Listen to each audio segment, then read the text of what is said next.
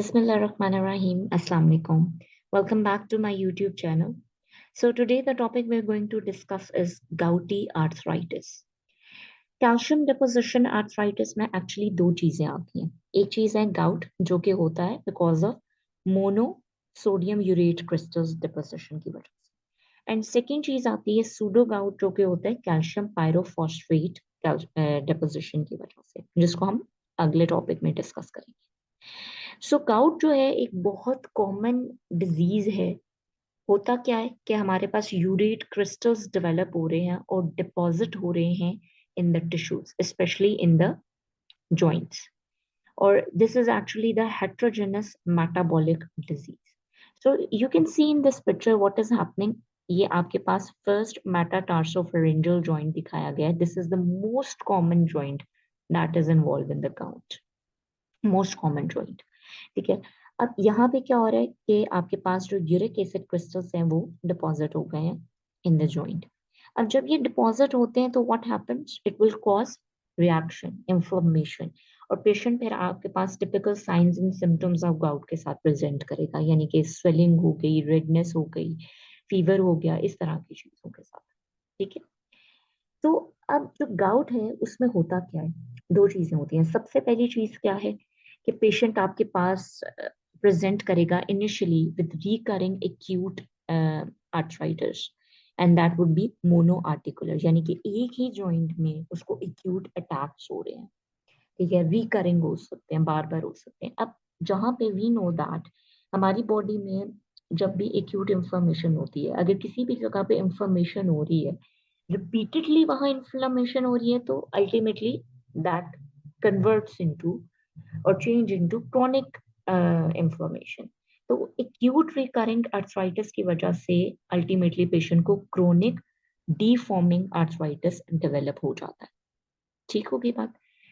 सो अब हमारे पास इम्पॉर्टेंट चीज क्या है कि जब पेशेंट का जो यूरिक एसिड लेवल है, सीरम यूरिक एसिड लेवल, वो सुपर सैचुरेट होता है, तब जाके यूरेट क्रिस्टल डिपॉजिट होना शुरू होते हैं. और super saturated serum uric acid level को हम कितना कहेंगे, that is greater than 6.8 milligram पर डेसीलीटर, या फिर अगर हम मिलीमोल में बात करें तो दैट इज 404.5 माइक्रोमोल पर लीटर. सो इस बेसिस पे पेशेंट को जो है वो क्या डेवलप होना शुरू होता है, यूरेट डिपोजिशन स्टार्ट होती है. अब हाइपर यूरेसीमिया की क्या कॉज है. हाइपर यूरेसीमिया की कॉज यही है कि या तो यूरिक एसिड बन बहुत ज्यादा रहा है, या तो एक्सक्रीट आउट बहुत हो रहा है, या फिर दोनों चीजें हो सकती है कि एक तो पेशेंट की बॉडी में बन भी ज्यादा रहा है और एक्सक्रीट भी नहीं हो रहा. तो that will cause hyperuricaemia. Serum uric acid level को वो ज्यादा करते. अब वेरी इंपॉर्टेंट चीज इसमें क्या है, हमारे पास कॉजेज है, causes of origin of hyperuricaemia. ठीक है. अब गाउट को अंडरस्टैंड करने के लिए इंपॉर्टेंट है गाउट की क्या रीजन है. यूरिक एसिड, यूरिक एसिड ज्यादा हो रहा है, यूरिक एसिड क्रिस्टल डिपॉजिट हो रहे हैं जॉइंट. तो अल्टीमेट चीज क्या है, हाइपर यूरेसीमिया. तो हमें देखना है कि ये हाइपर यूरेसीमिया की क्या कॉज है, क्या ओरिजिन है. अब इसमें दो चीजें आ रही हैं. दो चीजें कौन सी है, एक है प्राइमरी और एक है सेकेंडरी. अब प्राइमरी जो हमारे पास हाइपर यूरेसीमिया होता है ना, ये मोस्ट ऑफ द टाइम जो है वो जेनेटिक होता है, हेरिटेबल कंपोनेंट होता है. ठीक है. एंड हम लोगों के मतलब जीनोम वाइड सर्वे किए गए हैं जिसमें ये ही चीज प्रूव हुई है कि risk of gout to genes whose product regulate urate handling by the crystal, उनमें कोई मसला होगा. ऐसे जीन्स जो कि यूरेट की हैंडलिंग को at the kidney level deal करते हैं, उनकी उनमें कोई मसला हो तो उसकी वजह से पेशेंट को हाइपर यूरेसीमिया होता है. अब प्राइमरी में वही दो चीजें हैं कि इंक्रीज प्रोडक्शन है प्योरिन की, यूरिक एसिड की, इडियोपैथिक हो सकती है, स्पेसिफिक एंजाइम डिफेक्ट्स हो सकते हैं जैसे कि लिश्नाहान सिंड्रोम है, ग्लाइकोजन स्टोरेज डिजीजेस है. सेकेंड चीज आपके पास है decrease renal clearance of the uric acid, और ये एटियोपैथिक. सो प्राइमरी में पहले भी हमने डिस्कस किया, प्राइमरी में मसला जो है वो प्राइमरी में लेवल पर है. अगली चीज है सेकेंडरी. सेकेंडरी में क्या है, हमेशा कोई बैकग्राउंड में कोई चीज मौजूद होगी जो कि हाइपरयूरेसीमिया करा रही है, ठीक है। इसमें क्या है, सबसे पहली चीज क्या है कि increase catabolism and turnover of purine. वो किन चीजों में हो सकता है, यानी कि प्रोडक्शन ज्यादा हो रही है, ज्यादा से ज्यादा प्यूरिन टर्न ओवर हो रहा है, इस वजह से यूरिक एसिड ज्यादा बन रहा है, जैसे myeloproliferative disorder, carcinoma and sarcomas disseminated, chronic haemolytic anaemias, cytotoxic drugs, psoriasis, Down syndrome. So इन सारे डिजीजेस में, इन सारे सिंड्रोम्स में क्या हो रहा है, there is a increase catabolic catabolism and turnover of purine, and ultimately that is causing increase in uric acid level. Secondly क्या है, decrease renal clearance of the uric acid. क्यों हो सकती है, सेकेंडरी क्या डिजीजेस है, CKD, very important, drugs are very important, thiazides, low dose aspirin, ये आपके पास एक इंपॉर्टेंट पॉइंट है, cyclosporine and niacin, keto acidemic acidemia जैसे कि diabetic ketoacidosis, starvation, hypothyroidism, pre eclampsia, ये सारी चीजें क्या करी हैं, क्लियरेंस को कम कर रही हैं of uric acid. Functional impairment of tubular transport, hyperlactic acidaemia, diabetes insipidus, Bartter syndrome, sarcoidosis and lead poisoning, very important, ठीक है। So this is the reason जो आपके पास यूरिक एसिड को ज्यादा कर रहा है, ठीक है। सो दो चीजें होंगी, प्राइमरी होगी, सेकेंडरी होगी, और उसमें आगे से दो कैटेगरीज हैं, या तो बन ज्यादा रहा है या एक्सक्रीट कम हो रहा है यूरिक एसिड। सो नाउ मूविंग फॉरवर्ड, अब हमारे पास क्या है, एक सबसे इंपॉर्टेंट चीज जो कि इस टेबल में बताई नहीं गई है, that is alcohol. Alcohol injection जो है, जो अल्कोहल इनटेक है, वो हाइपर यूरेसीमिया करा रहा है दोनों तरीकों से। यूरेट प्रोडक्शन भी ज्यादा कर रहा है, ठीक है, एक तो यूरेट प्रोडक्शन भी ज्यादा कर रहा है, दूसरा ये क्या करे, एक्सक्रीशन को भी कम कर रहा है, रीनल एक्सक्रीशन को भी कम कर रहा है, ठीक है। So this is a very important cause और प्रेसिपिटेंट बल्कि आप कह सकते हो ऑफ द गाउट अटैक। दूसरी चीज हमारे पास क्या है, हॉस्पिटलाइज्ड पेशेंट। अब जो हमारे पास हॉस्पिटलाइज्ड पेशेंट्स होते हैं ना, उसमें भी गाउट के अटैक का रिस्क बढ़ जाता है। उसकी रीजन क्या होती है, लेकिन जब हॉस्पिटल में एक इंसान एडमिट होता है तो there is a change in diet, there is change in fluid intake, या फिर ऐसी मेडिकेशन ले रहा है जो कि उसको अफेक्ट करेगी। एंड सबसे ज्यादा इम्पोर्टेंट चीज जो देखी गई है, वो ये देखी गई है, आगे जाके मजीद इस चीज पे बात होगी, वो ये है कि यूरिक एसिड का जो लेवल है वो ज्यादा होना तो एक चीज है, लेकिन ये जो रैपिड फ्लक्चुएशन आती है ना, इंक्रीज और decrease in the uric acid level, ये एक बहुत इंपॉर्टेंट प्रेसिपिटेटिंग पार्ट होता है इन कॉजिंग द गाउट अटैक। सो अगर आपके पेशेंट में यूरिक एसिड का लेवल बहुत रैपिडली फ्लक्चुएट कर रहा है, कभी वो इंक्रीज कर रहा है, वो कभी डिक्रीज कर रहा है, मेडिकेशन की वजह से कर सकता है, alcohol, whatever the reason, तो उसकी वजह से गाउट अटैक या गाउट बहुत जल्दी प्रेसिपिटेट करता है, ठीक होगी बात। So now moving forward, okay, अगली चीज हमारे पास क्या होती है कि primary gout 90% of the patients जो है they are men, and they are usually over 30 years of age. Women में ऑनसेट जो है वो टिपिकली पोस्ट मीनोपॉजल। अब हमारे पास प्रॉब्लम आ कहाँ पे रही है, मसला आ कहाँ पे रहा है, होता क्या है कि हमारे पास पेशेंट में लिजन जो है वो एक्चुअली टोफस होता है। टोफस क्या होता है, this is a nodular deposits of the monosodium urate monohydrate crystal with an associated foreign body reaction, ठीक है। so you can see here uric acid crystals हैं, ठीक है। जब ये डिपॉजिट हो जाते हैं, ठीक है, वो बना देते हैं टोफाई, ठीक है। और जब ये डिपॉजिट होता है तो यहाँ पे ये क्या कराएगा, इंफ्लेमेशन कराएगा, फॉरेन बॉडी रिएक्शन कराएगा। जब भी एक फॉरेन बॉडी आती है बॉडी के अंदर, तो इन रिस्पॉन्स हमारे पास पेशेंट को इन्फेक्शन और इन्फ्लेमेशन, ये सारी चीजें होती हैं। सो यूरिक एसिड क्रिस्टल्स मिलके एक टोफाई बनाते हैं जो कि जाके आपके जॉइंट में डिपॉजिट होकर वहां पे इन्फ्लेमेशन कॉज करेगा, ठीक हो गई बात।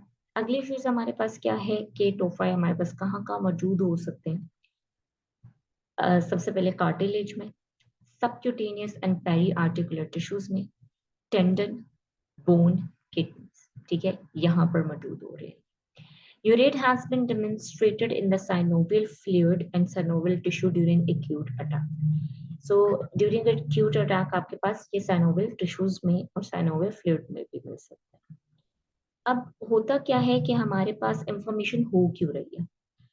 Actually, there is an ingestion of uncoated urate crystal by monocytes and synovial ठीक है, जब यानी कि यूरिक एसिड आया और आके जो है यहाँ पे जॉइंट पे लगा तो वहां पे मौजूद मोनोसाइट्स और साइनोविसाइट्स उसको इंजेस्ट करते हैं और वहां पे इंफ्लेमेशन कॉज करते हैं। अब वही बात है कि जो एक्यूट गाउट का अटैक है वो किस वजह से हो रहा है? Because of rapid fluctuation in the serum urate level, ठीक है, या तो इंक्रीज हो रहा है या डिक्रीज हो रहा है, रैपिडली फ्लक्चुएट कर रहा है। ये एक इंपॉर्टेंट प्रेसिपिटेटिंग फैक्टर है। और लेट क्रोनिक स्टेज जो है वो गाउटी आर्थराइटिस की, इसका मैकेनिज्म क्या है? सिंपल है कि हमारे पास प्रोफाशियस इन्वेजन हो रही है आर्टिकुलर की एंड पेरी आर्टिकुलर टिश्यू की। इसकी वजह से स्ट्रक्चरल डिरेंजमेंट हो रही है एंड डीजनरेशन हो रही है और अल्टीमेटली पेशेंट को गाउटी क्रोनिक गाउटी आर्थराइटिस ऑस्टियोआर्थराइटिस डेवलप हो जाता है। अब ऐसे पेशेंट जिसमें गाउटी आर्थराइटिस होता है उसमें यूरिक एसिड किडनी स्टोन तकरीबन 5 to 10% पेशेंट्स में पाए जाते हैं, ठीक है। एंड क्रोनिक यूरेट नेरोपैथी क्यों, नेफ्रोपैथी क्यों हो रही है? क्योंकि हमारे पास जो मोनोसोडियम यूरेट क्रिस्टल है वो रीनल मेडुला एंड पिरामिड्स में जाकर डिपॉजिट हो जाते हैं और वहां पर ये क्रोनिक यूरेट नेफ्रोपैथी करते हैं। ठीक हो गई बात? अच्छा, अब अगली चीज हमारे पास है कि पेशेंट आपके पास किस तरह से प्रेजेंट करेगा, what would be the science and symptoms जिसके पास पेशेंट प्रेजेंट करेगा। अब सबसे इंपॉर्टेंट चीज, ये जो एक्यूट गाउटी अर्थराइटिस होता है वो आपके पास सडन होगा, ठीक है, और ज्यादातर रात के टाइम हुआ करेगा। कोई भी जरूरी नहीं है कोई प्रेसिपिटेटिंग कॉज हो, विदाउट एनी प्रेसिपिटेटिंग कॉज ये डेवलप हो सकता है। और दूसरी चीज वही वाली इंपॉर्टेंट बात है कि रैपिड हमारे पास इंक्रीज या डिक्रीज हो रहे हैं in the serum urate level. इसके अलावा जो कॉमन प्रेसिपिटेंट्स देखे गए हैं वो है अल्कोहल एक्सेस, यानी कि खासतौर पे जो अगर पेशेंट्स बियर यूज करें वो। Second, change in the medication जो कि यूरेट के मेटाबॉलिज्म को अफेक्ट करती है। तीसरी चीज क्या है? हॉस्पिटलाइज पेशेंट, वही मैंने बताया कि डाइट में, फ्लूइड इनटेक में चेंज आ रहा है, कोई मेडिकेशन में चेंज आ रहा है। Fasting before the medical procedure, यानी कि जब पेशेंट फ्लूइड इनटेक कम करता है, किसी को जैसे एनपीओ किया होता है फॉर सम प्रोसीजर, तो उसमें पेशेंट को due to decrease fluid intake gout जो है वो उसका अटैक आ सकता है। अच्छा, अब सबसे कॉमन जो जॉइंट इन्वॉल्व हो रहा है that is metatarsophalangeal joint of the grade 2, ठीक है, इसको पोडाग्रा भी कहते हैं, ठीक है। अब हमारे पास एक बहुत क्लासिक पिक्चर शो की गई है ऑफ गाउट जो कि इन्वॉल्व कर रहे हैं first metatarsophalangeal joint of the great toe, और उसको पोडाग्रा कह रहे हैं हम। सो क्या है ये? यहाँ पर इंफ्लेमेशन हुई है। इंफ्लेमेशन हमें कैसे नजर आ रही है? सबसे पहले क्या है हमारे पास? रेडनेस, रेडनेस, एरिथीमा, कुछ भी कह सकते हैं आप। इसके अलावा क्या है, जब आप इसको चेक करेंगे तो इट वुड बी वार्म, ठीक है, एंड मोस्ट इम्पॉर्टेंट पेनफुल, ठीक है। तो ये आपके पास चीजें होंगी जिसके साथ पेशेंट प्रेजेंट करेगा। अच्छा, अब अगली चीज क्या है कि हमारे पास जो गाउटी अटैक्स हैं ये पेरी आर्टिकुलर सॉफ्ट टिश्यूज में भी हो सकते हैं, जैसे कि आर्च ऑफ फुट। पेन बहुत ज्यादा इंटेंस होती है, जो भी जॉइंट इन्वॉल्व हो रहा है स्वॉलन होगा एंड टेंडर होगा, ठीक है। आप हाथ लगाएंगे तो पेशेंट को बहुत ज्यादा पेन होगा। ओवरलाइन स्किन टेंस होगी, वार्म होगी, डस्की रेड होगी, and fever is a common feature and it may reach up to 39, ठीक है। सो अब अगर मैं आपको ये पिक्चर दिखाऊं, ठीक है, सो बहुत अच्छी पिक्चर है, कंपैरिजन भी है, ठीक है। यहाँ पर आपके पास फर्स्ट जो है मेटाटार्सोफरेंजियल जॉइंट इन्वॉल्व हो रहा है, लेकिन स्किन इज सो रेड, ठीक है, आप हाथ लगाएंगे तो ये वार्म भी होगी, उसके अलावा स्वॉलन होगी, पेन बहुत ज्यादा होगी और फीवर भी हो सकता है, ठीक है। अच्छा, अब एक और चीज इंपॉर्टेंट जो अगली है, अब जो आपके पास प्रोफाइल है वो हमारे पास अम, कहीं और पे भी, जॉइंट्स के अलावा भी कहीं डिपॉजिट हो सकते हैं, कहाँ कहाँ पे, ऑन द पेना ऑफ द ईयर, ठीक है, फीट पे, एलेक्रोनॉन प्रोसेस पे, प्री पेटालर बर्सा पे एंड हैंड्स, ठीक है। अब यहाँ पे मेरे पास जो है इमेजिंग है, ठीक है। So this is what, this is the tophi, ये पेन ऑफ द ईयर में टोफाई डिपॉजिट हुए हैं, ठीक है। इसके अलावा अगर मैं नीचे आऊं तो ये क्या है, इलेक्ट्रोनॉन प्रोसेस है, तो यहाँ पर क्या है, टोफाई डिपॉजिट हुए हैं, ठीक है।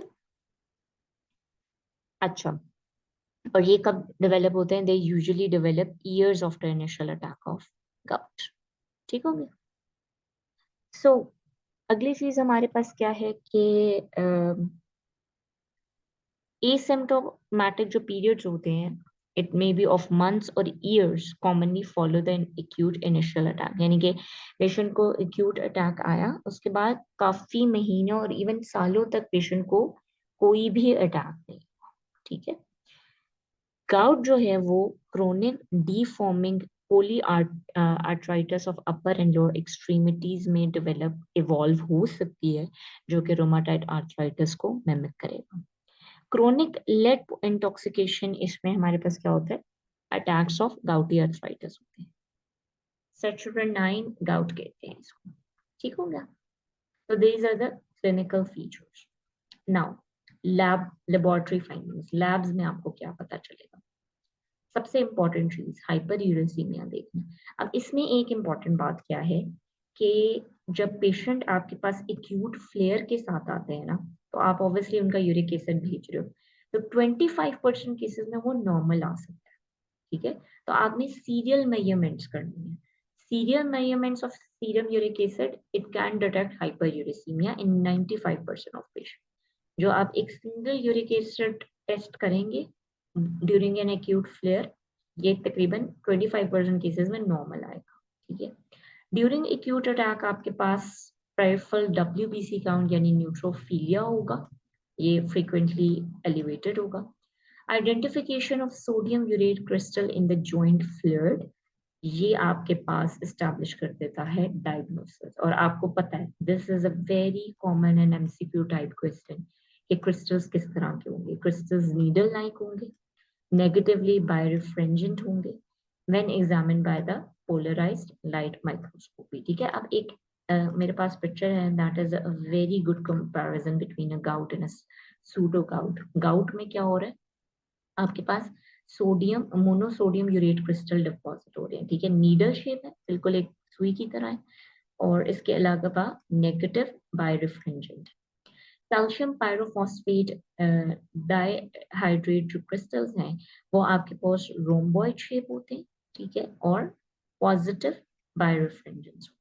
सो ये एक बहुत कॉमनली आस्क्ड क्वेश्चन है। नाउ इमेजिंग, इमेजिंग में आपको कुछ मिलेगा या नहीं, बिल्कुल मिलेगा। इमेजिंग में आपको क्या मिल सकता है कि ऑब्वियसली अर्ली डिजीज में पेशेंट की इमेजिंग कोई हो सकता है कि कोई भी आपके पास चेंज ना अवेलेबल हो, लेकिन फिर आहिस्ता आहिस्ता रिलेटेड जैसे जैसे डिजीज प्रोग्रेस करेगी, आपके पास punched out erosion होंगे with an overhanging rim of the cortical bone, इसको हम कहते हैं रैट बाइट, ठीक है, रैट बाइट डेवलप होगा। अब यहाँ पर हमारे पास जो पिक्चर है इसमें बहुत अच्छे तरीके से रैट बाइट दिखाई गई है, ठीक है। अब जैसे अब ये है, this is the first metatarsophalangeal joint, ठीक है, क्या हो रहा है, ये ऐसे लग रहा है ना चूहे ने खा लिया, ठीक है। सो एक रैट बाइट अपीयरेंस आ रही है, ठीक है, पंच्ड आउट इरोजन है, ओवरलाइन क्या है हमारे पास, रिम है ऑफ कॉर्टिकल बोन, ठीक है। अगली पिक्चर भी इसी तरह से है हमारे पास, ये देखिए कितने मजे की पिक्चर है, क्या क्या हो रहा है आपके पास, ये ऐसे रैट बाइट एरोजन आ रही है, ठीक है। और इसके अलावा ये देखिए सॉफ्ट टिश्यू स्वेलिंग, दिखाई गई है। यहाँ पर हमारे पास क्या है, सॉफ्ट टिश्यू स्वेलिंग है। यहाँ पे आपके पास रैट बाइट है, ठीक है। सो एक पंच्ड आउट लेजन आपके पास मिलेगा। लेकिन सबसे इम्पोर्टेंट चीज क्या है कि हमारे पास अल्ट्रासोनोग्राफी पे, यानी जब आप पेशेंट का अल्ट्रासाउंड कराते हो या डुअल एनर्जी सीटी स्कैन कराते हो, these both things help to confirm the diagnosis of gout, ठीक है। ये दोनों चीजें, ultrasonography and dual energy CT scan.